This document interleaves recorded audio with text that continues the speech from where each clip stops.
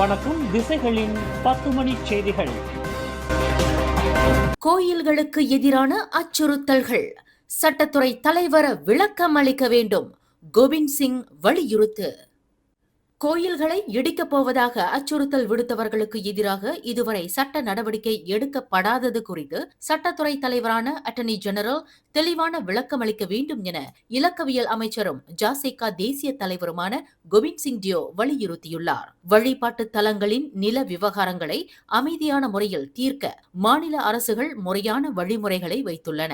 இருப்பினும் சட்டத்தை கையில் எடுத்துக்கொண்டு கோயில்களை இடிக்கப் போவதாக மிரட்டல் விடுபவர்கள் மீது புகார்கள் அளிக்கப்பட்டும் சட்டத்துறை தலைவர் அலுவலகம் மௌனம் காப்பது பொதுமக்களிடையே கவலையை ஏற்படுத்தியுள்ளது என்று கோவிந்த் சிங் குறிப்பிட்டார். இதுகுறித்து தாம் பலமுறை அமைச்சரவையில் பேசியுள்ளதாக கோவிந்த் சிங் குறிப்பிட்டார். ஆனால் ஒருவரை தண்டிக்கும் அதிகாரம் சட்டத்துறை தலைவரிடமே உள்ளது.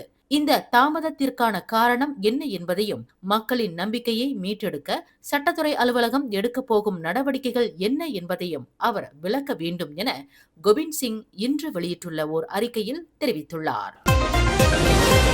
எதிர்வரும் நோன்பு பெருநாளை முன்னிட்டு மக்களுக்கு மேலும் சில நற்செய்திகளை பிரதமர் டத்தோஸ்ரீ அன்வார் இப்ராஹிம் விரைவில் அறிவிக்க உள்ளார் என்று அவரது மூத்த ஊடக செயலாளர் துன்கு நாஜ்ரோல் அபைடா தெரிவித்துள்ளார். மக்களின் நிதி சுமையை குறைக்கும் நோக்கில் இந்த அறிவிப்புகள் அமையும் என எதிர்பார்க்கப்படுகிறது. ஏற்கனவே 2ஆம் கட்ட ரஹ்மா நிதி உதவியான SCR நாளை முதல் மக்களின் வங்கிக் கணக்குகளில் வரவு வைக்கப்படும் என அறிவிக்கப்பட்டுள்ளது. இது தவிர அரசு ஊழியர்கள், ஓய்வூதியதாரர்கள் மற்றும் மத போதகர்களுக்கான சிறப்பு நிதி உதவியையும் பிரதமர் உறுதிப்படுத்தியுள்ளார். அதே சமயம் மத்திய கிழக்கு நாடுகளில் நிலவி வரும் போர் பதற்றங்களுக்கு இடையே அங்குள்ள மலேசியர்களை பாதுகாப்பாக மீட்பதற்கான நடவடிக்கைகளை பிரதமர் நேரில் கண்காணித்து வருகிறார். மக்களின் நலன் மற்றும் பாதுகாப்பு ஆகிய இரண்டிற்கும் மடானி அரசாங்கம் எப்போதும் முன்னுரிமை அளிக்கும் என பிரதமரின் அலுவலகம் தெரிவித்துள்ளது. மலேசியாவின் பன்முகத்தன்மையையும் நீண்ட காலமாக பேணப்படும் இன நல்லிணக்கத்தையும் சீர்குலைக்கும் வகையில் பரப்பப்படும் இனவாத தூண்டல்களை மக்கள் புறக்கணிக்க வேண்டும் என மனிதவள அமைச்சர் டத்தோஸ்ரீ ரமணன் ராமகிருஷ்ணன் வலியுறுத்தியுள்ளார். மடானி அரசாங்கத்தின் சாதனைகளை திசை திருப்ப சில சுயநல கும்பல் இன மற்றும் மத உணர்வுகளை தூண்டி 33 மில்லியன் மக்களின் எதிர்காலத்தை பணயம் வைப்பதாக அவர் எச்சரித்தார். இன்று புத்ராஜயாவில் பேரா, திரங்கானு, கிளாந்தான் ஆகிய மாநிலங்களை சேர்ந்த PKR தொகுதி பொறுப்பாளர்களை சந்தித்த பின்னர் செய்தியாளர்களிடம் பேசுகையில் டத்தோஸ்ரீ ரமணன் இதனை தெரிவித்தார். எலெக்ஷன் வரப்போகுது. ரெண்டாவது மிந்தி எக்கானமி பத்தி அவங்கள கொஞ்சம் கெட்டது அவங்க செய்ய முடியும். பாலிட்டிக் பத்தி நம்மளோட கட்சி பத்தி கொஞ்சம் கெட்டது அவங்கள செய்ய முடியும். ஆனா இப்ப எக்கானமி நல்லா இருக்குது, நம்மளோட கட்சி நல்லா இருக்குது, வேற எங்குமே அவங்கள சம்பாதிக்க முடியல. அதனால இந்த விஷயம்ல அவங்கள போயிட்டு தொடுறாங்க. மடானி அரசாங்கத்தின் பொருளாதார சாதனைகளில் 2025ஆம் ஆண்டு 426.7 பில்லியன் ரிங்கிட் முதலீடு ஈர்க்கப்பட்டு அதன் மூலம் சுமார் 2.4 லட்சம் தரமான வேலை வாய்ப்புகள் உருவாக்கப்பட்டுள்ளதையும் டத்தோஸ்ரீ ரமணன் சுட்டிக்காட்டினார். அத்துடன் STR, சாரா நிதி உதவிகள் மற்றும் 1 ரிங்கிட் 99 சென்ட் விலையிலான பூடி 95 பெட்ரோல் மானியம் ஆகியவை சாதாரண மக்களின் வாழ்க்கை செலவினத்தை குறைக்க நேரடியாக உதவுகின்றன. மேலும் அரசியலமைப்பு சட்டம் வழங்கியுள்ள பேச்சுரிமையை அமைதியை குலைக்க பயன்படுத்தக்கூடாது. 3R விவகாரங்களை தூண்டுவோர் மீது அரசாங்கம் பாரபட்சம் இன்றி கடும் நடவடிக்கை எடுக்கும் என்பதையும் டத்தோஸ்ரீ ரமணன் தெளிவுபடுத்தினார். கோயில் விவகாரங்களில் இந்துக்களின் உணர்வுகளை தூண்டும் வகையில் செயல்படும் தரப்பினர் மீது அரசாங்கம் உரிய நடவடிக்கை எடுக்க வேண்டும் என்று சந்தோசா சட்டமன்ற உறுப்பினர் டாக்டர் குணராஜ் வலியுறுத்தினார். இச்சம்பவம் குறித்து மனிதவள அமைச்சர் டத்தோஸ்ரீ ரமணன் ராமகிருஷ்ணன் அமைச்சரவையின் கவனத்திற்கு கொண்டு செல்லப்படவிருப்பதையும் டாக்டர் குணராஜ் சுட்டிக்காட்டினார். இன்று புத்ராஜயாவில் PKR கட்சியின் உதவி தலைவர் டத்தோஸ்ரீ ரமணன் 3 மாநில தொகுதி பொறுப்பாளர்களை சந்தித்த நிகழ்விற்கு பிறகு செய்தியாளர்களிடம் பேசிய போது டாக்டர் குணராஜ் இதனை தெரிவித்தார். சாமி இருக்கிற இடம் தான், அது ஒரு கோயிலா தான் நம்ம எடுத்துக்கோம். எப்படி இருந்தாலும் பண்ற வேலை ரொம்ப ஒரு தாங்க முடியாது. காலையிலேயே எனக்கு கால்ஸ் எல்லாம் வந்துச்சு, என்ன நடவடிக்கை இருக்கிறீங்க எல்லாமே. இன்னைக்கு சாயந்தரம் டாக்டர் ரமணன் கொடுத்த ப்ரெஸ் ரிலீஸ் கொஞ்சம் கேபினெட்ல கொண்டு வராருன்னு பெரிய அது சந்தோஷமான விஷயம். அதுக்கு டாக்டர் ஸ்ரீ அனுவாவும் கேபினெட்ல ஒரு முடிவு எடுக்கணும். அதுக்குதான் இன்னைக்கு போலீஸ் ரிப்போர்ட் என்ன செஞ்சோம்னா, போலீஸ் கட்டாயம் இது இன்வெஸ்டிகேட் பண்ணி ஆகணும். ஏன்னா போன வாரம் அந்த ஒரு பையன் குரான் மிரிச்சதுக்கு இமீடியட்லி ஆக்ஷன் எடுத்து இமீடியட்லி கோர்ட்ல கொண்டு போய் ஆக்ஷன் எடுத்தவங்க. அதே நேரத்துல போலீஸ் கட்டாயம் இந்த விஷயம் இன்வெஸ்டிகேட் பண்ணி ஆக்ஷன் எடுத்தாகணும். ஏன்னா மக்களுங்க என்ன நினைச்சிருக்காங்க, ஆமா நம்மளுக்கு பிரச்சனை இருக்கு, ரைட், நம்மளோட ஏத்துக்கணும். அந்தந்த இடத்துல ஒரு வழிபாடு எல்லாம் செஞ்சுட்டு வராங்க. சில பேர் ஒழுங்கா அவங்க நிலத்திலேயோ அரசம் கொடுத்த நிலத்திலேயோ நடத்திட்டு இருக்காங்க. அதே நேரத்துல சில இடத்துல சில வழிபாடு நடத்திட்டு இருக்கு.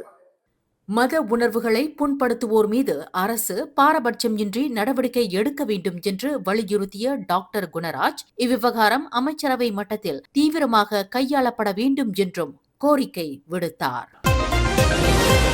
பினாங்கு மாநிலம் முழுவதும் 42 வீடு புகுந்து கொள்ளை சம்பவங்களுடன் தொடர்புடைய நிழல் கும்பலைச் சேர்ந்த 5 பேரை போலீசார் கைது செய்துள்ளனர். இக்கும்பல் மூலம் இதுவரை சுமார் 1 மில்லியன் ரிங்கிட் மதிப்பிலான சொத்துக்கள் திருடப்பட்டிருக்கலாம் என தெரிய வந்துள்ளது என்று புகிட் அமான் போலீஸ் தலைமையகத்தின் குற்ற புலனாய்வுத்துறை CID இயக்குநர் டத்தோஸ்ரீ குமார் முத்துவேல் தெரிவித்தார். புகிட் அமான் மற்றும் பினாங்கு குற்ற புலனாய்வு துறையினர் இணைந்து நடத்திய இந்த சிறப்பு நடவடிக்கையில் 27 வயது இளைஞர் தலைமையிலான இந்த 8 பேர் கொண்ட கும்பல் முறியடிக்கப்பட்டுள்ளது. இதில் கைது செய்யப்பட்ட 5 பேர் சோஸ்மா சட்டத்தின் கீழ் தடுத்து வைக்கப்பட்டுள்ளனர். எஞ்சிய 3 உறுப்பினர்கள் ஏற்கனவே வேறு குற்றங்களுக்காக சிறையில் உள்ளனர். இவர்கள் அனைவரும் நாளை பட்டவட் நீதிமன்றத்தில் ஆஜர்படுத்தப்பட உள்ளனர் என்று டத்தோஸ்ரீ குமார் குறிப்பிட்டார். இக்கும்பல் பாதுகாப்பு வசதிகள் கொண்ட வீடுகள் மற்றும் சாதாரண குடியிருப்புகளை குறிவைத்து நகை, பணம் மற்றும் மின்னணு பொருட்களை கொள்ளையடிப்பதை வாடிக்கையாக கொண்டிருந்தனர்.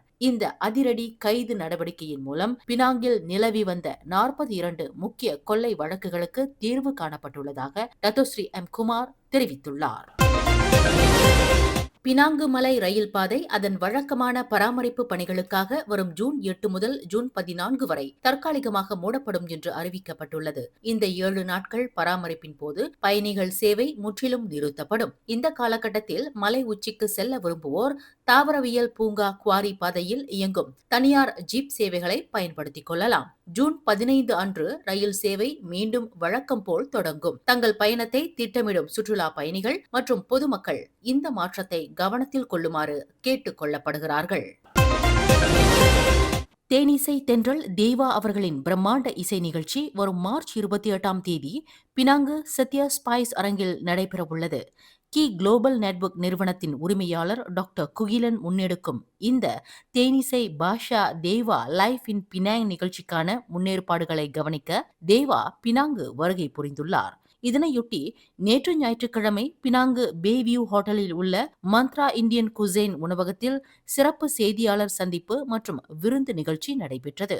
இதில் பினாங்கு மாநில ஆட்சிக்குழு உறுப்பினர் டத்தோஸ்ரீ சுந்தர்ராஜு சோமு, ஜுலோத்தோங் நாடாளுமன்ற உறுப்பினர் RSN ராயர், பத்து உபான் சட்டமன்ற உறுப்பினர் குமரேசன் ஆறுமுகம், பகான்டலாம் சட்டமன்ற உறுப்பினர் குமரன் கிருஷ்ணன் உள்ளிட்ட முக்கிய அரசியல் பிரமுகர்கள் கலந்து கொண்டு சிறப்பித்தனர். நிகழ்ச்சியில் பேசிய தேவா, கடந்த முறை பினாங்கில் தமக்கு கிடைத்த உற்சாகமான வரவேற்பை நன்றியுடன் நினைவு கூர்ந்தார். மீண்டும் பினாங்கு ரசிகர்களை சந்திக்க வருவது தமக்கு மிகுந்த மகிழ்ச்சியையும் உத்வேகத்தையும் அளிப்பதாக அவர் நிகழ்ச்சியுடன் குறிப்பிட்டார். திரையில் ஒரு ஹீரோவாகவோ வில்லனாகவோ அல்லது குணசித்திர வேடங்களிலோ நடித்திருந்தால் மக்களுக்கு எளிதில் அறிமுகமாகியிருக்க முடியும். ஆனால் நாங்கள் திரைக்கு பின்னால் இருந்து இசையமைக்கும் கலைஞர்கள். அப்படி இருந்தும் செல்லும் இடமெல்லாம் மக்கள் எங்களை அடையாளம் கண்டு ஓடி வந்து ஆட்டோகிராஃப் கேட்பதும் செல்ஃபி எடுத்துக்கொள்வதும் வியப்பாக இருக்கிறது. எங்களை இந்த உயரத்தில் வைத்திருக்கும் மக்களுக்கும் அதனை சரியாக கொண்டு சேர்த்த செய்தியாளர்களுக்கும் எனது மனமார்ந்த நன்றிகள் என்று உருக்கமாக தெரிவித்தார். நாங்கெல்லாம் திரைக்கு பின்னால இசையமைக்கிறார்கள். அதாவது பாட்டு பேக்ரவுண்ட், ஒரு ஹீரோவோ ஒரு வில்லனோ ஒரு அப்பா கேரக்டரோ ஒரு தாத்தா கேரக்டரோ நடிக்கிறவங்கள ஜனங்களுக்கு தெரியுது. அந்த ஸ்கிரீன்ல வந்தாதான் எல்லாருக்கும் தெரியும். ஆனால் திரைக்கு பின்னால் இருக்கும் என்னை போல ஒரு கலைஞர்கள், இசை கலைஞர்களை எங்க போனாலும் ஆட்டோகிராஃபோ செல்ஃபியும் எடுக்கிற அளவுக்கு எங்களை உயர்த்தி வச்சிருக்கிற பிரஸ் பீப்புள் அனைவருக்கும் என்னுடைய மார்ச் 28ஆம் தேதி நடைபெறவுள்ள தேவாவின் இந்த மாபெரும் இசை நிகழ்ச்சி பினாங்கு ரசிகர்களுக்கு ஒரு மறக்க முடியாத இசை விருந்தாக அமையும் என்பதில் சந்தேகம் இல்லை.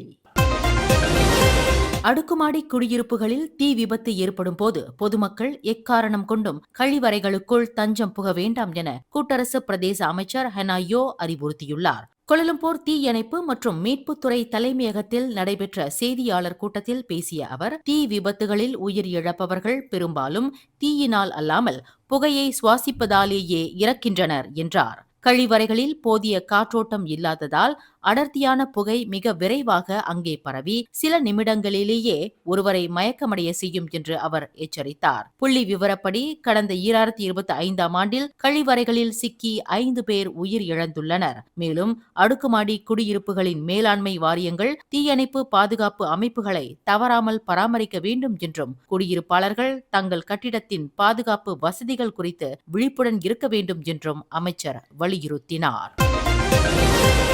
மின்கம்பி திருட்டு சம்பவத்தால் பாதிக்கப்பட்டிருந்த புத்ராஜயா வழித்தட MRT ரயில் சேவைகள் இன்று காலை முதல் மீண்டும் பழைய நிலைக்கு திரும்பியுள்ளன. கடந்த மார்ச் 3ஆம் தேதி டமன்சரா டமாய் நிலையத்திற்கு அருகே நடைபெற்ற மின்கம்பி திருட்டு காரணமாக மின் விநியோகம் பாதிக்கப்பட்டு ரயில் சேவைகளில் இடையூறு ஏற்பட்டது. இதனைத் தொடர்ந்து ரேபிட் ரயில் நிறுவனம் மேற்கொண்ட துரித சீரமைப்பு பணிகளால் மின்சாரம் மீண்டும் வழங்கப்பட்டு தற்போது ரயில் சேவைகள் சீராக இயங்கி வருகின்றன. பாதிப்பு ஏற்பட்ட காலத்தில் வழங்கப்பட்ட மாற்று ரயில் சேவைகள் மற்றும் இலவச பேருந்து வசதிகள் தற்போது நிறுத்தப்பட்டுள்ளன. இந்த திருட்டு சம்பவத்தில் ஈடுபட்டவர்களை கண்டறிய போலீசாருடன் இணைந்து விசாரணை நடத்தி வரும் ரேபிட் ரயில் நிறுவனம் தனது பாதுகாப்பு பிரிவினரின் கண்காணிப்பையும் பலப்படுத்தியுள்ளது.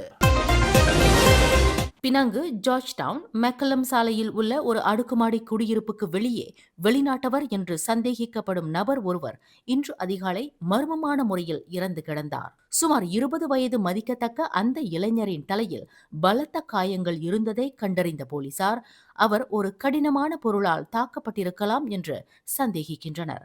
உடற்கூறு ஆய்வின் முடிவில் தலையில் ஏற்பட்ட பலத்த காயமே மரணத்திற்கு தகுந்த காரணம் என்பது உறுதியானது.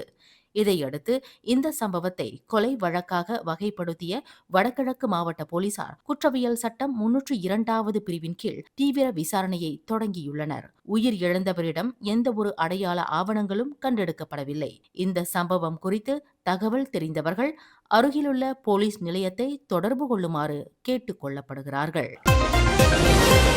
காணாமல் போன சமூக ஆர்வலர் அம்ரி சேமாட்டின் குடும்பத்தாருக்கு 3 மில்லியன் ரிங்கிட் இழப்பீடு வழங்க வேண்டும் என்ற நீதிமன்ற தீர்ப்பை நிறுத்தி வைக்கும் அரசாங்கத்தின் விண்ணப்பத்திற்கு அம்ரியின் மனைவி நோர் ஹயாத்தி அரிஃபின் கடும் எதிர்ப்பு தெரிவித்துள்ளார். கடந்த ஆண்டு நவம்பர் மாதம் அம்ரி சேமாட் காணாமல் போனது குறித்து முறையான விசாரணை நடத்த தவறியதற்காக அரசாங்கமும் போலீஸ் துறையும் அவரது குடும்பத்தாருக்கு 3 மில்லியன் ரிங்கிட்டுக்கும் அதிகமான இழப்பீட்டை வழங்க வேண்டும் என உயர் நீதிமன்றம் உத்தரவிட்டிருந்தது. இதனை எதிர்த்து மேல்முறையீடு செய்துள்ள அரசு அந்த தீர்ப்பை செயல்படுத்துவதை நிறுத்தி வைக்க கோரியுள்ளது. இதுகுறித்து நோர் ஹயாத்தியின் வழக்கறிஞர் சுரேந்திர அனந்த் கூறுகையில், இழப்பீடு வழங்குவதை நிறுத்தி வைத்தாலும் காணாமல் போனது குறித்த விசாரணையை தொடரலாம் என்ற எங்கள் சமரச திட்டத்தை அரசு நிராகரித்துவிட்டது. இந்த தடை விண்ணப்பம் என்பது விசாரணையை தாமதப்படுத்தும் ஒரு முயற்சியே என்று குற்றம் சாட்டினார். இந்த மனு மீதான விசாரணை மார்ச் 11ஆம் தேதி பிற்பகல் 2 மணிக்கு கோலாலம்பூர் உயர் நீதிமன்றத்தில் நடைபெறவுள்ளது.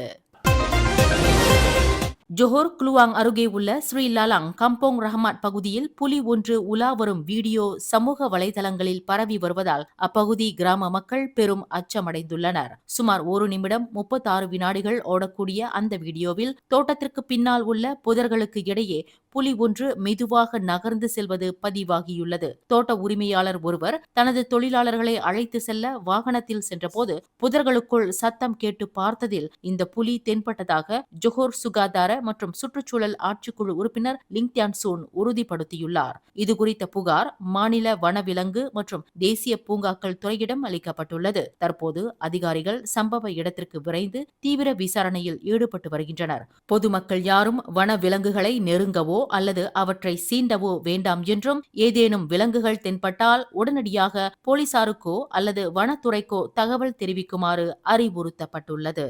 மேலும் செய்திகளை தெரிந்து கொள்ள கீழே இருக்கும் பெல் பட்டனை அழுத்துங்கள். உங்கள் மகிழ்ச்சியை வெளிப்படுத்த லைக் மற்றும் ஷேர் செய்யுங்கள். தொடர்ந்து திசைகளோடு இணைந்திருக்க சப்ஸ்கிரைப் செய்யுங்கள்.